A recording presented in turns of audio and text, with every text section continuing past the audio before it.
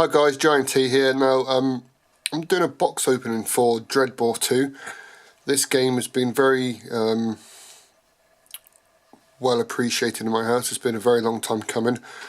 18-19 months now since the Kickstarter funded.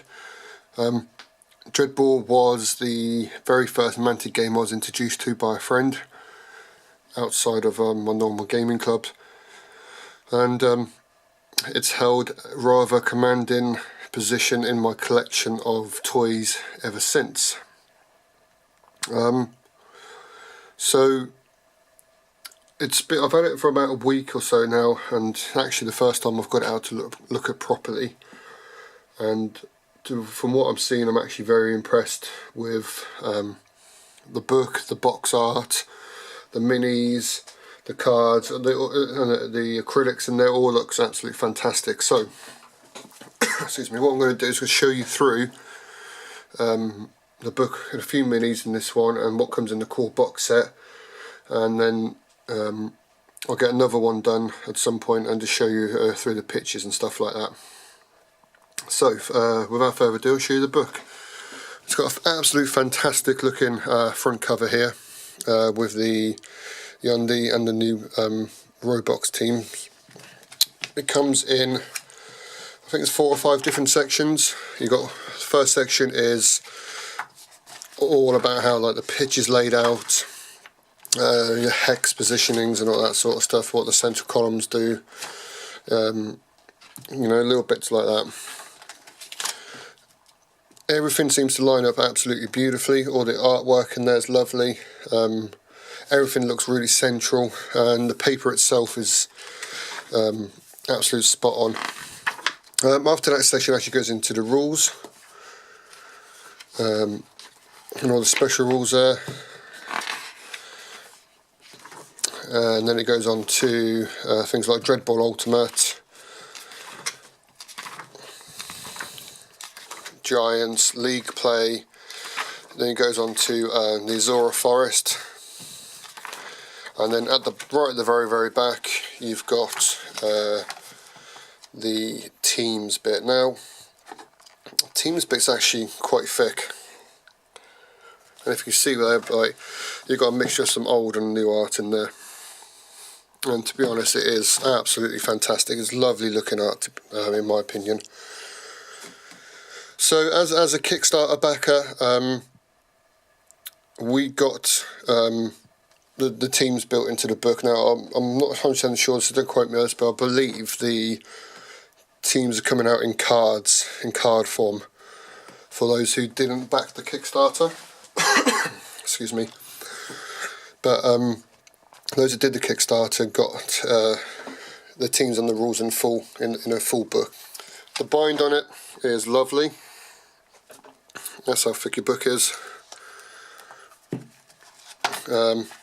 Another thing I do actually look for when I'm looking at books is if all this down the side here, if that all matches up, and it does, it all lines up perfectly. So all in all, this book is absolutely beautiful. At the back of the teams, you've got all your captains. Now, you've got a captain for each player, for each team. So you've got Lucky Logan, Slippery Joe, Ironstone, Payback, which is the rat team, the vermin team, and so on and so forth. Unfortunately, they've lost Anne-Marie for the Void Sirens. I was actually very upset about her. She's one of my favourite. She was one of my favourite MVPs. So just going through all the captains there for the teams. There's quite a few pages of them, and right at the very back of that, there's actually a few MVPs as well. So we've still got Buzzcut in there. We've got the Enforcer, number 88, another firm favourite, and then you've got your Giants right at the very back. So, really nice book. Fantastic. A quick guide on the back as well. the back cover, just letting you know it's all your quick rules and pages and stuff. So very good there. Another thing that comes in the core box set is this Dreadball team experience tracker. Now, you don't get as many as I thought, and something that bugs me a little bit is whoever's, I think it might have been the company. Sorry, I was trying to sort something out. Here you got 1, 2, 3, 4, 5, 6, and 8, and on the back you got 9, 10, 11, 12, and so on and so forth. But unfortunately, they've put it back to front. So it's not, it's no biggie. You can easily tear it off and write it like that. But for ease, I would have preferred it the other way around. So the dice themselves are a little bit smaller than the older Dreadball ones and the Dreadball Extreme dice, but it doesn't really matter. The DB sign is actually on the 1 and not the 6. For some reason a lot of people complain about that, but really, who cares, You're smart enough to figure out the DB signs are 1, play your game properly, play it how the dice are. The pigment in the dice seem to be slightly orange, so I don't know if you can see that. More than red, there you go. Yeah, slightly tinged orange instead of red, but the blue dice and the white dice are absolutely lovely in my opinion. Try to get that focused. So next, you can't have Dreadball without your Dreadball cards. Now, these come as your Dreadball as standard, so you get your normal Dreadball cards there, and you get in, the blue ones are your action cards, and the orange one are your special cards. So, and it comes as normal, so you got your fan checks there as normal, play at any time, play during your rush. It tells you exactly how to play them. Again, they are printed at a very high quality. Everything lines up perfectly. The colour on them is absolutely fantastic, and they've got a nice coating on them as well. So the next one, these ones here. Now, if you can see down the bottom corner, try and get that focus for you. You've got this little symbol here. Now these are the Azura Forest cards. So what you do, you mix these cards in with that when you play the Azura Forest. If I remember, you take out the exact number you put in. And those markings there are just to tell you when you finish with it which card you need to take out. Same with these ones on the DBU. Again, it shows you the little DBUs down the bottom corner there, so you know when you're playing Dreadball Ultimate. And then last but not least, you've got your team captain cards. So a lot of people were saying that they couldn't see them, I think, in their Kickstarter, but they're all mixed in with the others. And you tell your different captains by the symbols down the bottom. So there you go, you've got 2 different symbols throughout there. So like I said, again, very high quality cards, very good finish to them, all centered. Colour on them is fantastic, pops out, you can see it perfectly. Text is brilliant, and everything is spaced on there superbly. Also with the cards you get blank action and special cards. I haven't actually read too much into the rules yet. I think I've read like the first couple of pages just to recap on how to play the game, so I haven't played it for a while. I'm not 100% sure what these are for. I think they're for making your own actions and special rules up and stuff like that, and events. But again, you can't quote me on that because I haven't actually, like I said, I haven't read too much into them. But you do have a whole heap of spare cards there as well. Okay, so also in the core box set you're getting some nice acrylics here for your action tokens. Home and away ones again. Very nice, going to last a bit longer than the cardboard ones did for Dreadball. The ball itself, I find,